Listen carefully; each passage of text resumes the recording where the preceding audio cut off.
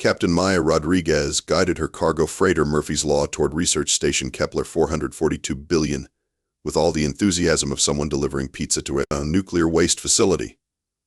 The station hung in space like a metallic tumor, bristling with sensors and sporting enough warning lights to make a Christmas tree jealous.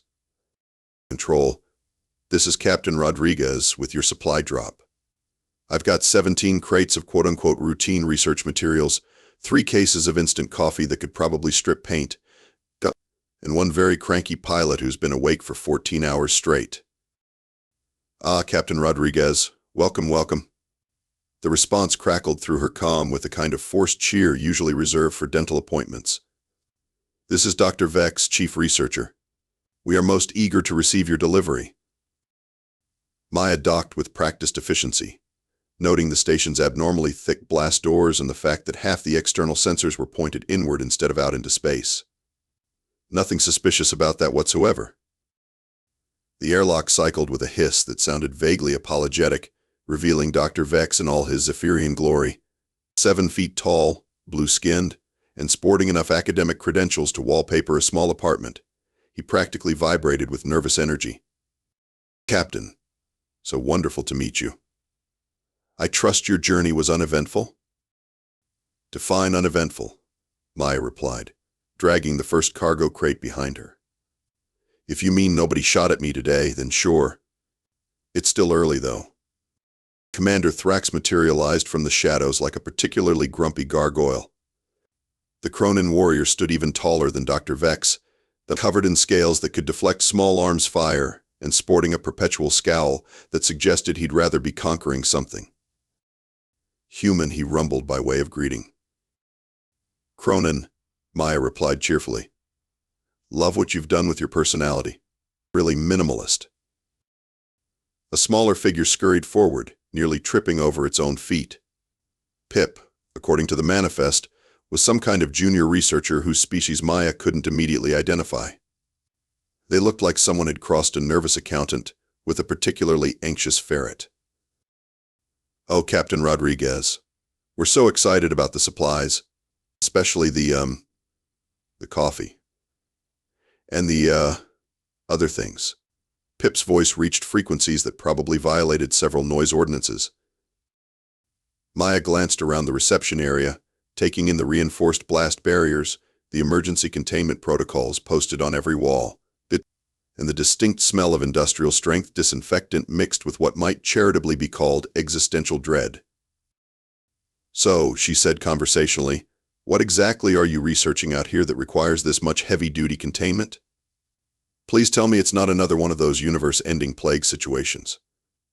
I'm still paying off the decontamination fees from the last one. Dr. Vex's laugh sounded like a garbage disposal trying to process wind chimes. Oh, nothing so dramatic. We're simply conducting behavioral studies on various specimens. Very routine, very safe. Aha. Maya hauled another crate through the airlock. And I suppose the foot-thick blast doors are just for keeping the space dust out? Exactly. Dr. Vex beamed, missing the sarcasm entirely. You humans have such wonderful intuition. A low alarm began chiming somewhere in the station's depths. Not the ear-splitting klaxon of imminent doom, just a polite reminder that something had gone mildly catastrophic. Oh dear, Pip squeaked, checking a tablet that was flashing more warning lights than a disco ball. Dr. Vex, we have a minor containment issue in Section 7. Define minor, Maya said, because experience had taught her that alien definitions of disaster were remarkably flexible. Nothing to concern yourself with, Captain. Dr. Vex assured her, while simultaneously making frantic hand gestures at Commander Thrax. Please continue with your delivery. We'll have this sorted momentarily. Maya watched as the 3 aliens huddled together, whispering urgently in what sounded like a combination of panic and barely controlled terror. The alarm continued its cheerful electronic nagging, now joined by what might have been distant roaring sounds. You know what, Maya said, setting down the crate with deliberate care. I think I'll just finish this delivery real quick and be on my way. Something tells me I don't want to be here when whatever's making that noise decides to come say hello. The aliens exchanged glances that could have powered a small reactor with their sheer nervous energy. "Of course, Captain," Dr. Vex said. "That would be wise." Maya had just wheeled the last crate into the storage bay when the station's lighting shifted from cheerful white to ominous red, and the polite alarm upgraded itself to full-blown screaming banshee mode. Containment breach in Section 7. Initiating Protocol Omega. All personnel to emergency stations. Protocol Omega? Maya called out, but Dr. Vex, Commander Thrax, and Pip were already sprinting down the corridor with the sort of urgency usually reserved for tax audits and surprise mother-in-law visits. "Captain Rodriguez." Dr. Vex shouted over his shoulder without slowing down. "We must evacuate. Protocol Omega requires immediate departure from the station." "What about my cargo?" Maya yelled back. "Consider it a donation to science," came the increasingly distant reply. Maya stood in the empty storage bay, listening to the sound of 3 aliens apparently setting some kind of land speed record for running away from their own research station. The alarm continued its electronic tantrum, now accompanied by a rhythmic pounding that seemed to be coming from deeper in the station. "Well," she said to the empty air, "this is just fantastic. Tuesday strikes again." Her comm crackled to life. "Captain Rodriguez, this is Dr. Vex. We are safely aboard our emergency pods and initiating evacuation procedures." "Evacuation procedures? What about me?" A pause that lasted just long enough for Maya to realize she'd been spectacularly played. "We regret to inform you that the docking clamps have been sealed due to contamination protocols. For your own safety, of course." "My own safety," Maya repeated slowly. "Let me guess. I'm bait." Such an ugly word. Prefer to think of yourself as a research opportunity. Maya closed her eyes and counted to 10 in 3 different languages, including 2 that consisted entirely of creative profanity. "What exactly am I being used as bait for?" "The Shadowmaw. Most magnificent apex predator in the known galaxy. 12 feet of perfectly evolved killing machine with adaptive camouflage, tactical intelligence, and the ability to emit fear pheromones that paralyze most species with terror. And it's loose. As of approximately 4 minutes ago, yes." Maya opened her eyes and looked around the storage bay. Emergency lighting cast everything in a hellish red glow, and the rhythmic pounding was definitely getting closer. Somewhere in the distance, she could hear what sounded like claws on metal. "You know what the really annoying part is?" she said into the comm. "It's not even the death trap. It's not the alien monster. It's the fact that this is exactly the kind of Tuesday I've been having all month. We are monitoring your situation with great interest." Dr. Vex's voice bubbled with scientific enthusiasm. "The Shadowmaw has never encountered a human before. This should provide fascinating data." "Thrilling," Maya muttered, grabbing a cargo crowbar from her equipment kit. "Hey Pip, you still there?" A nervous squeak confirmed the junior researcher's presence. "Yes, Captain." "What's the betting pool looking like?" Commander Thrax has you lasting 37 seconds. Dr. Vex is more optimistic at 42 seconds. I put my credits on 3 minutes." "3 whole minutes? I'm touched by your confidence." The pounding stopped abruptly, replaced by a silence that felt like the universe holding its breath. Maya gripped the crowbar tighter and started backing toward what looked like a maintenance corridor.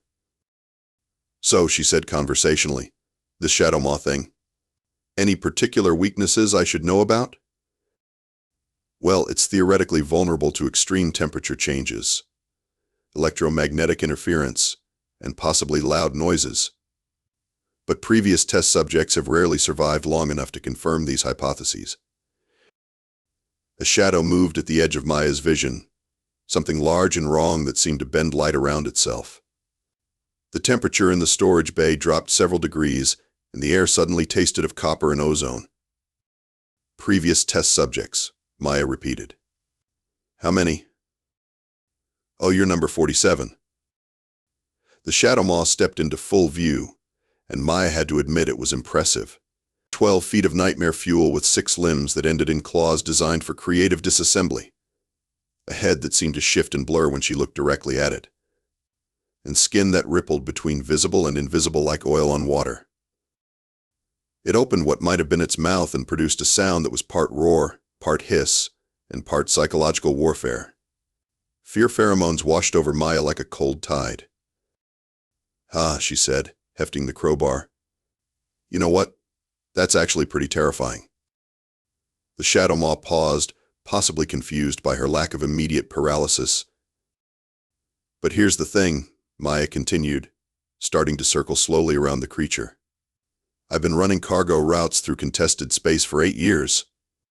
I've been shot at by pirates, audited by 3 different tax agencies, and once spent 6 weeks trapped in a broken elevator with a Vogon bureaucrat. You're scary, sure, but you're not deadline scary." The Shadowmaw tilted its head with the sort of predatory curiosity that suggested Maya had just become significantly more interesting. It began to circle her in return, moving with liquid grace that made her skin crawl. "Fascinating." Dr. Vex's voice crackled through the comm. "The fear pheromones appear to be having minimal effect.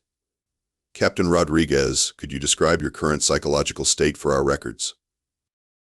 "Annoyed," Maya replied, keeping her eyes on the Shadowmaw. "Mostly annoyed. Also wondering if my insurance covers death by alien science experiment." The creature lunged without warning, moving faster than something that size had any right to. Maya dove sideways, rolling behind a cargo crate as claws raked through the air where her head had been. "Note to self," she muttered.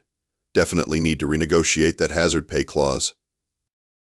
The Shadowmaw's form began to shimmer and blur, its adaptive camouflage making it nearly invisible against the storage bay's walls. Maya could hear it moving, the soft whisper of claws on metal, but tracking its exact position was like trying to follow smoke. "Dr. Vex," she called out, crab-walking between cargo containers, "please tell me this thing has some kind of obvious weakness, like an off switch, or severe allergies." "I'm afraid not. The Shadowmaw is the result of millions of years of evolutionary perfection. It can phase shift to avoid attacks, emit terror-inducing pheromones, and its tactical intelligence rivals that of most spacefaring species." "Of course it does." Maya grabbed a fire extinguisher from the emergency station, testing its weight. "What about the other 46 test subjects? Any of them land a decent hit?" "Oh my, no, most were rendered catatonic by fear within the first few seconds. A few tried to fight, but the Shadowmaw's psychological warfare capabilities are quite overwhelming." Something brushed against Maya's shoulder. She spun around, triggering the fire extinguisher in a wide arc.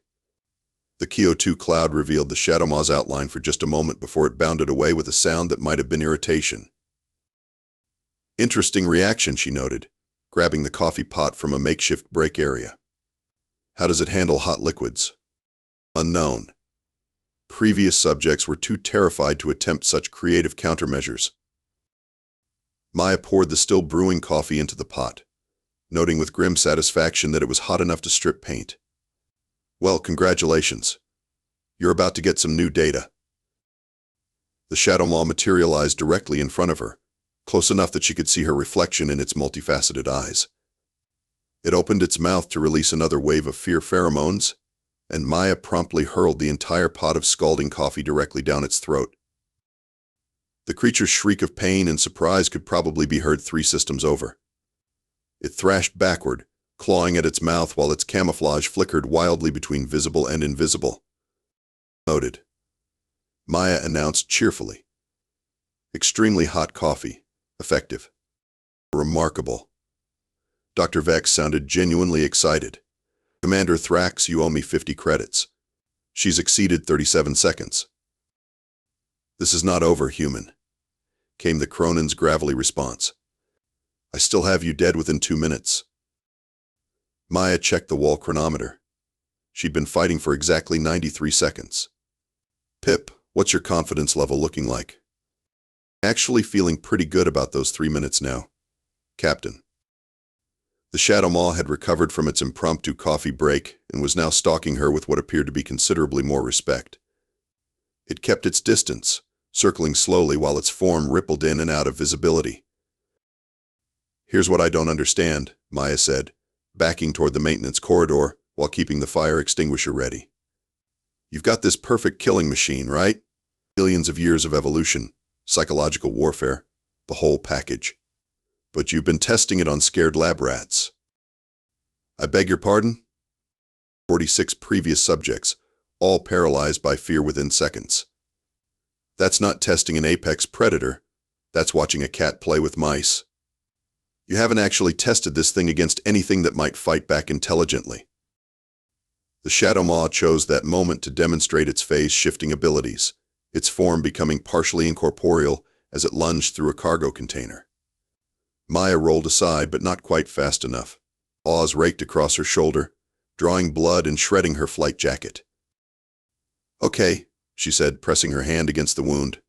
"That's definitely going to require some paperwork." "Captain Rodriguez, are you injured?" "Just a scratch. But I'm starting to take this personally."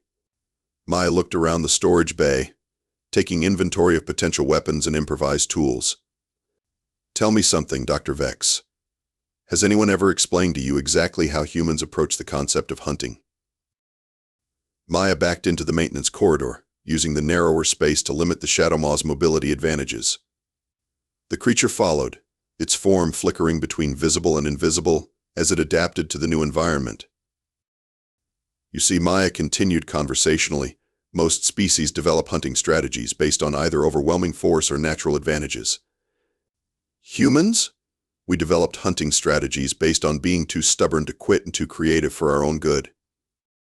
She spotted what she was looking for, an environmental control panel. Maya quickly accessed the maintenance interface, her fingers flying over the controls while keeping one eye on the approaching nightmare. "For instance," she said, "we're the only species that looked at mammoths and said, 'You know what? I bet we could take that down with some pointy sticks and an attitude problem.'" The Shadowmaw lunged forward, and Maya slammed her fist down on the atmospheric processor controls. The corridor's air circulation system roared to life, creating a wind tunnel that revealed the creature's exact position in perfect detail. "Adaptive camouflage," Maya noted, dodging another swipe of claws. "Great against stationary observers. Not so much against environmental interference." "Brilliant."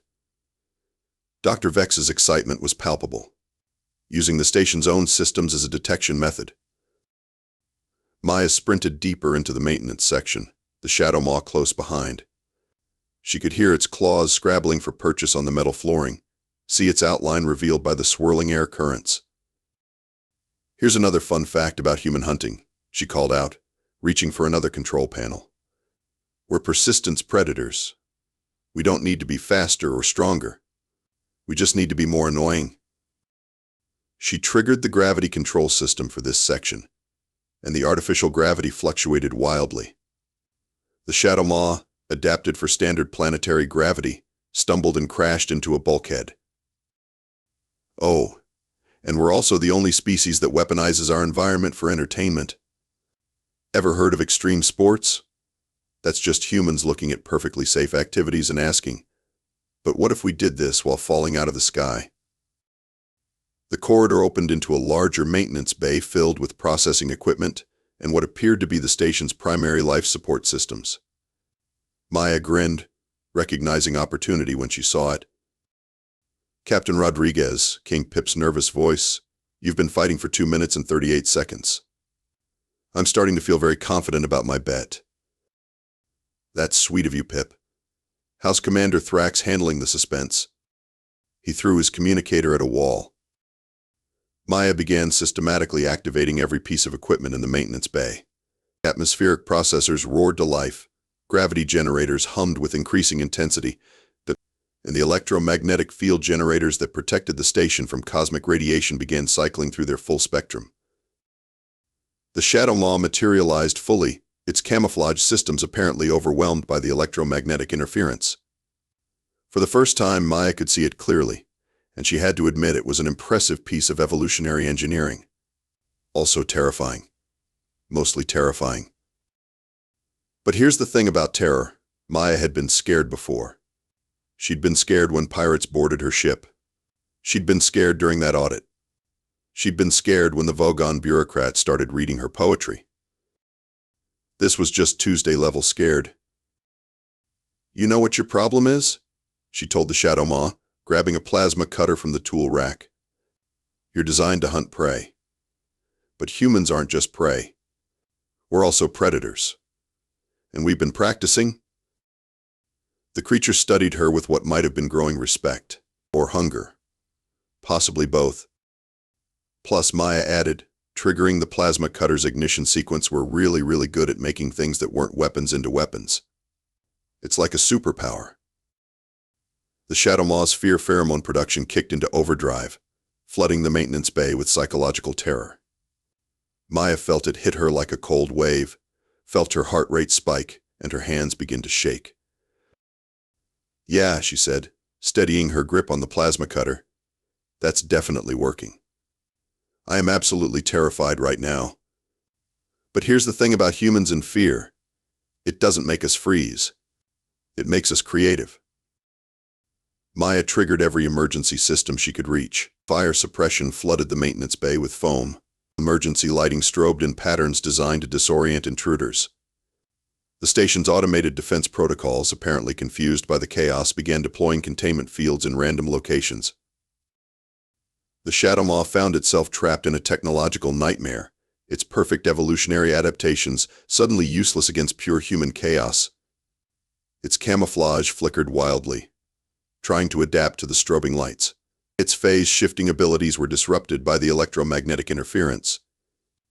Even its fear pheromones were being dispersed by the fire suppression system. "The beautiful thing about humans," Maya said, wading through the chaos with the plasma cutter in one hand and what appeared to be an emergency bourbon flask in the other, "is that we've spent our entire evolutionary history turning disadvantages into advantages." She took a swig from the flask, then poured the rest over the plasma cutter's ignition chamber.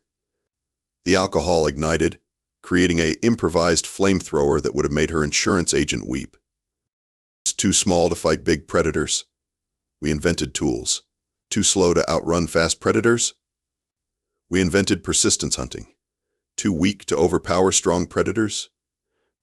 We invented social cooperation and really good alcohol."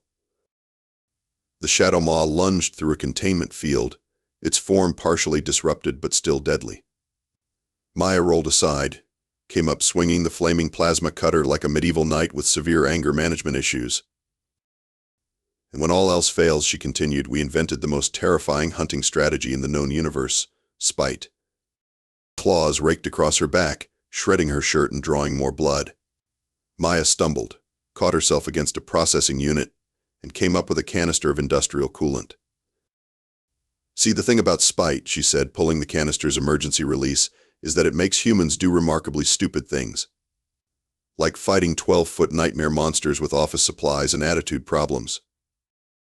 The coolant sprayed in a wide arc, flash freezing everything it touched. The Shadowmaw's scream of pain and surprise echoed through the maintenance bay as portions of its adaptive skin froze solid. "Captain Rodriguez." Dr. Vex's voice was barely audible over the chaos. "You've been fighting for 4 minutes. This is unprecedented." "Yeah, well, I've always been an overachiever," Maya replied, grabbing a gravity manipulation tool from the emergency kit. "Hey, Pip. How's that 3-minute bet looking?" "I'm rich. I'm actually rich. Commander Thrax owes me his entire monthly salary." Maya activated the gravity tool, creating a localized field that sent the Shadowmaw tumbling toward the ceiling. The creature's claws scrabbled for purchase on the smooth metal, finding none. "Here's the really fun part," Maya announced, moving toward the primary waste disposal system. "Humans don't just hunt for food. We hunt for sport. We hunt for challenge. Sometimes we hunt just because we're bored and it seemed like a good idea at the time." The Shadowmaw managed to right itself, landing heavily on all 6 limbs. Its form was partially frozen, partially disrupted by electromagnetic interference, and entirely furious. It gathered itself for one final, desperate attack. "Which brings us," Maya said, her hand hovering over the waste disposal system's manual override, to the most important lesson about hunting humans. The creature launched itself through the air with every ounce of speed and fury it possessed, claws extended, mouth open in a final roar of rage. Maya smiled and pulled the override. We cheat. The waste disposal system activated with the sort of industrial enthusiasm usually reserved for processing entire asteroids. The Shadowmaw, caught mid-leap, was sucked directly into the primary intake with a sound like the universe's largest garbage disposal having a mechanical seizure. The roaring stopped abruptly. Maya stood in the wreckage of the maintenance bay, covered in foam and blood and various unidentifiable fluids, holding an empty bourbon flask and a plasma cutter that was still gently flaming. This time, she called out, 4 minutes and 17 seconds. Pip's voice was practically vibrating with excitement. A new record. Outstanding, Maya said. Now, would someone please unlock my ship so I can get out of here and file the most creative insurance claim in galactic history? Maya emerged from the maintenance bay looking like she'd been wrestling with a particularly aggressive food processor. Her clothes were shredded, she was covered in various fluids of questionable origin, and she was pretty sure her left eyebrow was singed off entirely. The station's emergency systems were still cycling through their electronic tantrum, but the immediate threat of death by alien nightmare had been significantly reduced. Specifically, it had been reduced to whatever constituent atoms the waste disposal system had managed to process. Captain Rodriguez. Dr. Vex's voice crackled through the calm with the sort of barely contained excitement usually reserved for lottery winners and people who'd just discovered chocolate. That was absolutely magnificent. We're coming back aboard immediately. Take your time, Maya replied, settling down on a cargo crate and pulling out her emergency medical kit. I'll just be here bleeding and contemplating my life choices. The docking bay repressurized with a hiss that sounded almost apologetic, and moments later Dr. Vex burst through the airlock like an overenthusiastic academic missile. Commander Thrax followed more slowly, wearing the expression of someone who'd just been forced to admit that mathematics was more than a suggestion. Pip brought up the rear, clutching a tablet that displayed what appeared to be a very impressive credit balance. Captain Rodriguez. Dr. Vex practically vibrated with scientific enthusiasm. 4 minutes and 17 seconds. Do you realize what this means? That I need a drink, a shower, and possibly therapy, Maya suggested, applying antiseptic to her various claw marks. It means you've just revolutionized our understanding of apex predator psychology.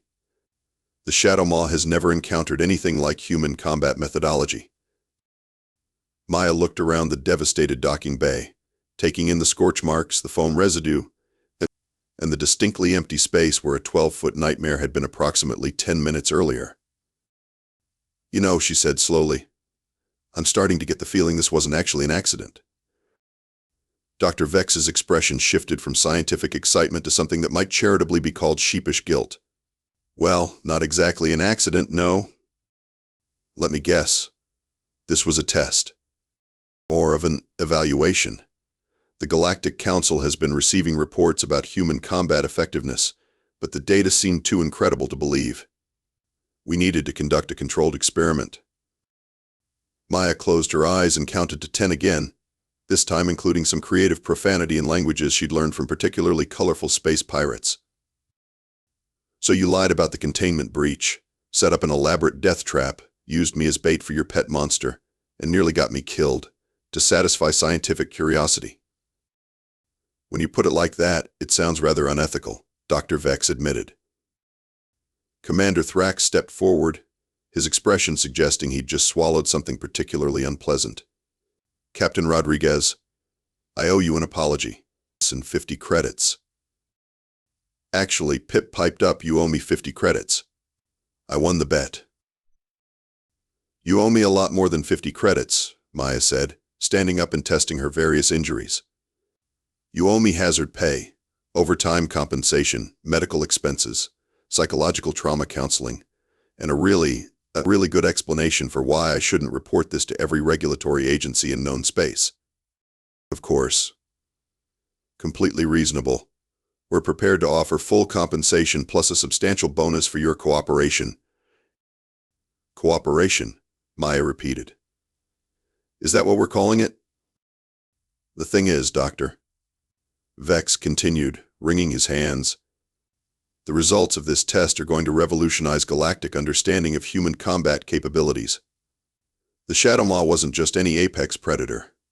It was specifically engineered to be the perfect killer. Nothing should have been able to defeat it in single combat.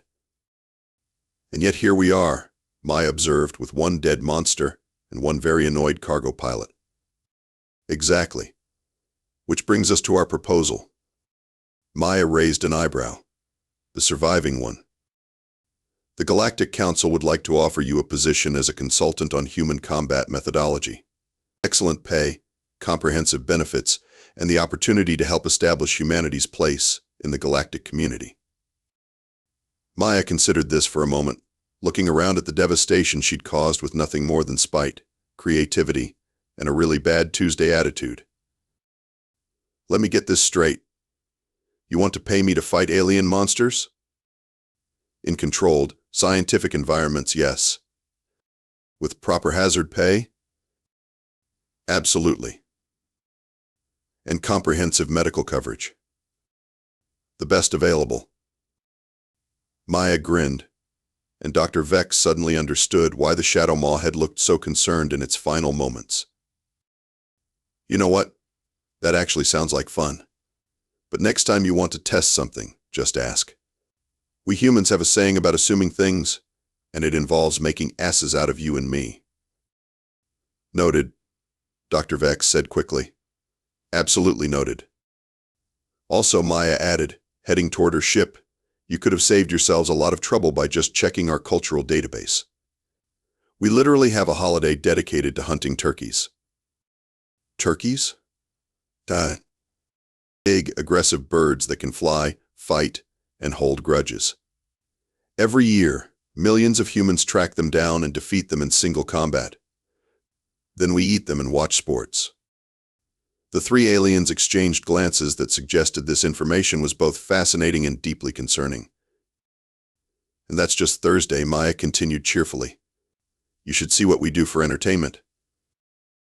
As Maya Rodriguez departed Research Station Kepler 442 billion, she left behind three very thoughtful aliens, one thoroughly destroyed waste disposal system, and a scientific report that would fundamentally change how the galaxy viewed humanity.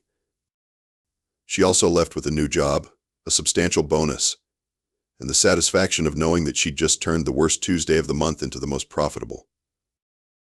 In the end, that was the most human thing of all.